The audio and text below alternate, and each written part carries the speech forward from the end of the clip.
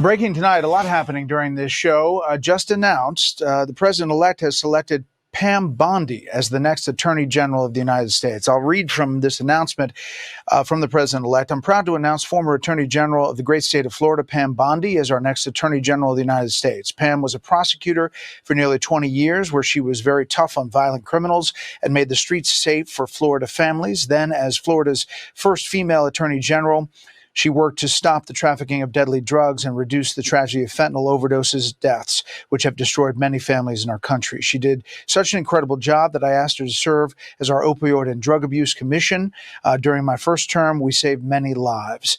Again, he goes on to say she's smart and tough and is America's first fighter who will do a terrific job as Attorney General. Again, Pam Bondi from Florida, the next nominee for President-elect Trump, who obviously saw today that Matt Gaetz pulled his name from nomination as the votes were not there on Capitol Hill. Is this just a confirmation that would essentially sail through, Scott, or not? Well, I don't think you could consider anybody, just they're going to sail without any kind of real process. She's going to have to go through a process like everybody else. But I can tell you, this is a massive upgrade. I've talked to a couple people up on the Hill already. There's a sigh of relief that now we have somebody here, two-term AG, strong record on drug enforcement and opioid issues, a total hawk on immigration, politically supportive of Trump, obviously. I don't know a Republican in the country who doesn't love Pam Bondi. So you were starting with Gaetz, a nominee who was underwater significantly to start and was going to always be hard to get to the surface. Mm-hmm. With Bondi, I do think you're starting above water. And as long as she performs in her hearings, and look, this is somebody who's been through 2 elections in a really big state. And so a lot of public vetting of her has gone on already. So I think this is a great move by Trump to be pragmatic and tell Gaetz to get out, and a really good move to go with Bondi. This is not a shaky limb. This is a sturdy branch he's going with for AG here. What's up, y'all? Gerald here, creator of Gospel Chops and y'all host for this YouTube channel, back with another video. Now, y'all, when we talk about this new generation of young folks, we often say, if you follow me for some time, you heard me say it, that they are missing that old school teaching that a lot of us got. They missing our grandmama and our granddaddy, somebody who would make you grab a switch off the tree and lay that wood to your backside and give you that rod of correction.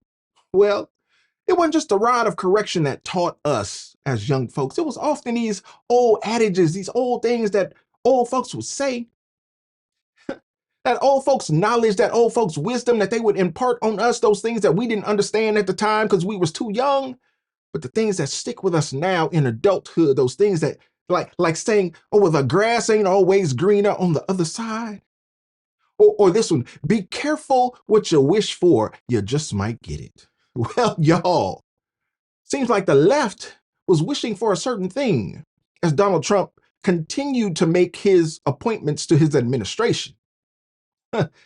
He nominated Matt Gaetz to be his Attorney General, and boy, that was the shock heard around the country.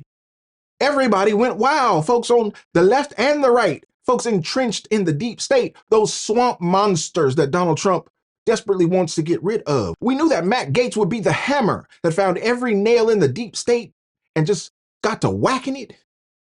Well, I guess the pressure was too much.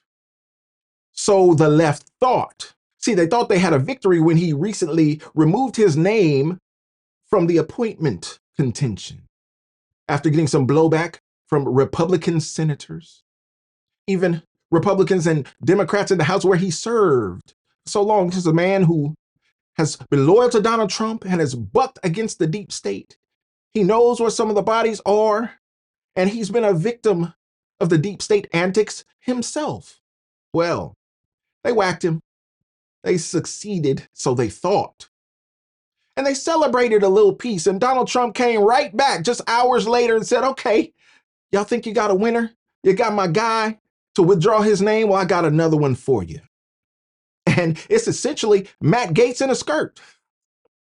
Pam Bondi, y'all, former Attorney General of the state of Florida, is the new name that Donald Trump has nominated to be his Attorney General and run the Department of Justice. Y'all, this woman gonna get in there and clean house. She is Matt Gaetz with more experience. She is Matt Gaetz with more knowledge. And she is just as tenacious as Matt Gaetz. And here's the thing. As Attorney General in Florida, y'all, She has faced some of the same issues that we face as a nation with immigration, drugs, crime, all these things she's fought against, not only as a prosecutor for 20 years, but also as the administrator of justice for one of the most populous states in the country. Y'all, Democrats, lefties, they're going to get exactly what they wished for in Pam Bondi. Oh, she's going to get in here and tear up some stuff. She's been a loyalist for President Donald Trump. She supported him through all that lawfare, y'all. Yeah, she experienced it. She knows what Donald Trump went through. She knows the players, she knows the names, and she knows how to attack it. She is Matt Gaetz with much more experience, and y'all ain't going to be able to knock her off her square as easily as you did Matt Gaetz. Well, seems like these same Democrats, these same lefties, these same talking heads that we see on mainstream media are now shivering and shaking in their boots. They're afraid. They're scared of what is to come because they thought knocking Matt Gaetz out of contention was going to get them something softer. They were even advocating in the last few days for some rhinos to take the position. But no, Donald Trump learned the first time, y'all. And I don't think a lot of y'all on the left understand this. See, they still trying to cope with it. They still coming to grips with certain things. No, this is a day of reckoning. Well, maybe you should have taken him out when you had a chance, because now he is arming himself with people who are loyal to him and loyal to America. And not just loyal, but they're skillful. And they know how to take apart all the wicked machinations that you have built in that swamp. Oh my goodness, y'all. They are shivering. They are shaking. They are shuddering. And some of those deep state secrets are going to be uncovered for all of us to see. And when that day comes, we will know exactly how corrupt this government has been. This one, oh, I support this nomination. This is going to get good, y'all. Well, I was a prosecutor. I was a homicide prosecutor for 18 years. I was Florida's first female attorney general. And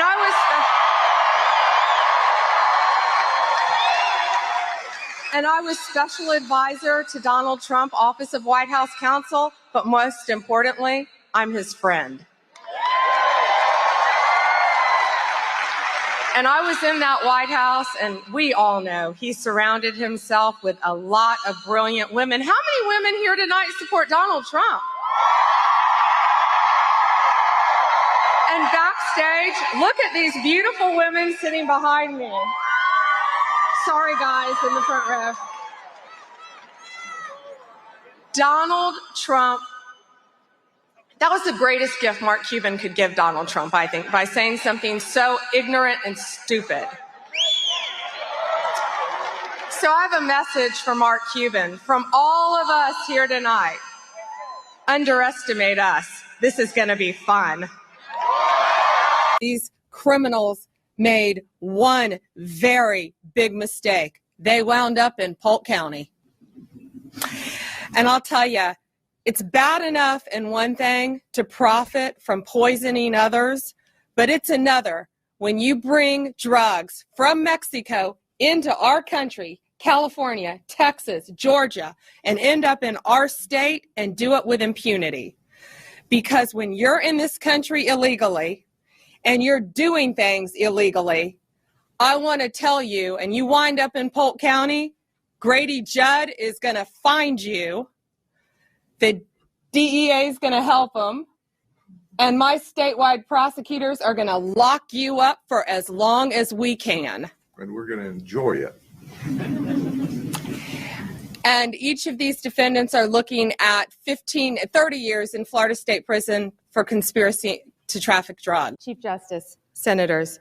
Senators, you heard our answer regarding that yesterday, but it is very interesting that he said he never spoke to his son about overseas dealings. His son said different things. Joe Biden was the point man for Ukraine, investigating at the time Ukrainians were a corrupt company, Burisma, and Zlochevsky, its owner, an oligarch who by all media accounts we've discussed was extremely corrupt. Hunter Biden is paid $83,000 a month to sit on that board with no experience in energy, no experience in the Ukraine, doesn't speak the language, and we clearly know that he had a very fancy job description And he did none of those things. He attended 1 or 2 board meetings, one in Monaco, and then he went on a fishing trip with Joe Biden's family in Norway. The entire time, Joe Biden knows Hunter Biden stays on that board for 3 years.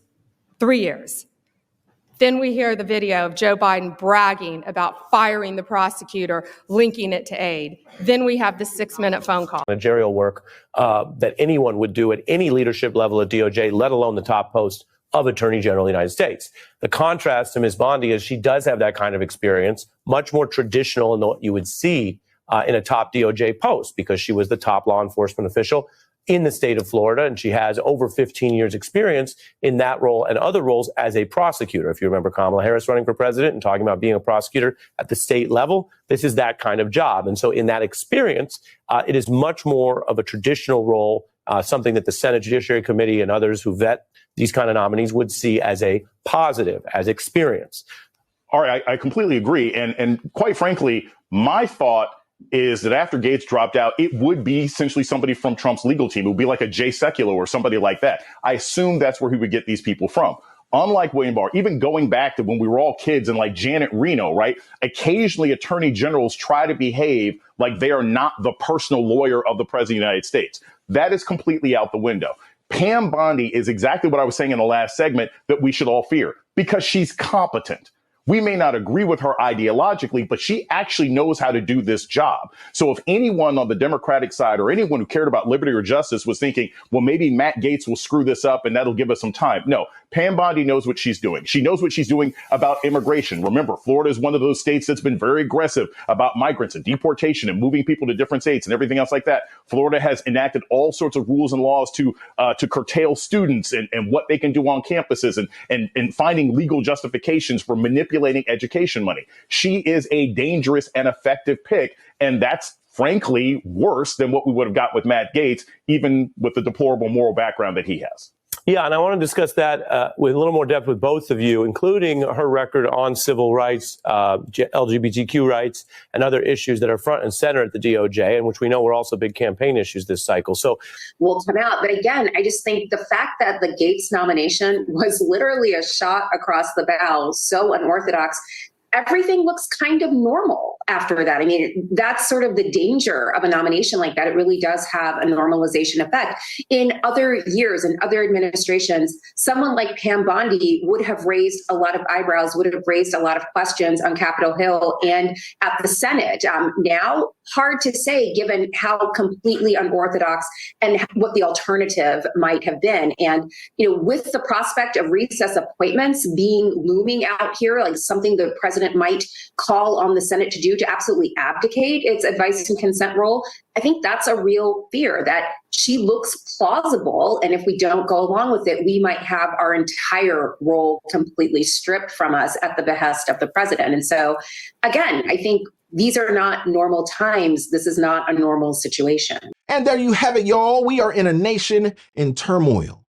Wars and rumors of wars all around the world. We need an administration that is going to get in here and turn some things around. And I'm happy with this particular nomination because this woman is familiar with everything that Donald Trump went through the first time. She is familiar with what it takes to bring law and order to a large population. Yeah, she's had that experience, and now she's going to expand upon that experience, take on a bigger job, and use that experience and those assets that she acquired during that time. And y'all, she's going to help make America great again. What does that mean?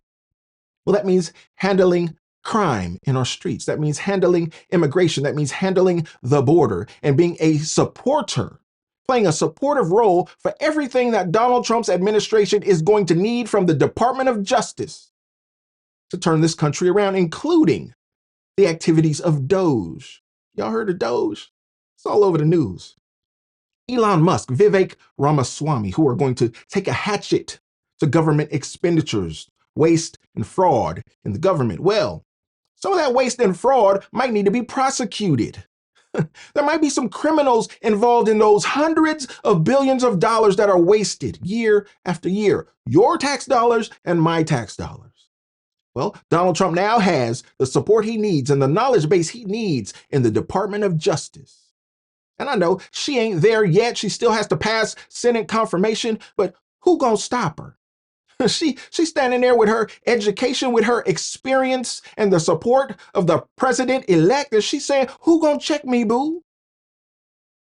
Not these youngins that support left-wing policies, not these young kids that y'all have brainwashed, and we understand that these young kids don't have influence anyway. They're just being used by those folks in power on the left. Well, ain't nobody coming for the kids. But we're going to stop that other side from coming for the kids, if you know what I mean.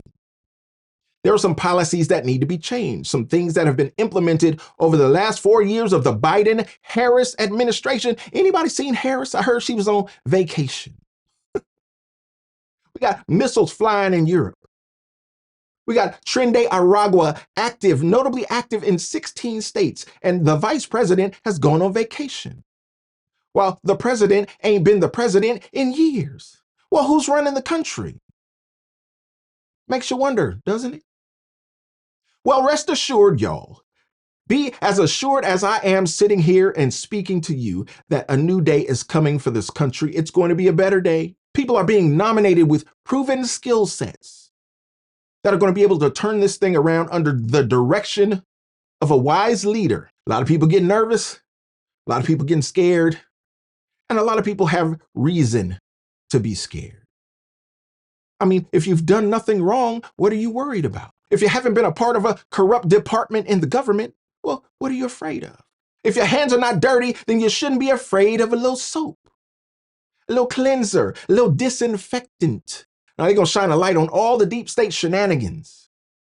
And those of us who are thinking people, people of faith, and people who support our own country in which we must live, well, how can you not support this? How can you not support better? How can you not support lower crime, white-collar crime, border-crossing crime, illegal drugs that are killing hundreds of thousands of young folks every year? I don't see how you could be a proud American and not be for a nomination like this. Good on Donald Trump for having a ram in the bush. Oh, y'all knocked out one. And look, I heard Matt Gaetz the other day on a podcast, and he says, I ain't going nowhere. I'm just going to play a different role. See, y'all might have gotten what you wished for and made a bad situation worse for yourselves. But that's okay, because the worse it gets for the left, the better it gets for America. Y'all, let me know what you think about this. I'd love to know your thoughts. And don't forget to like the video, subscribe to the channel, and share the video so we can get more people involved in the conversation, y'all. And like I always say, always remember and never forget, without the gospel, it's just chops. Until next time, peace.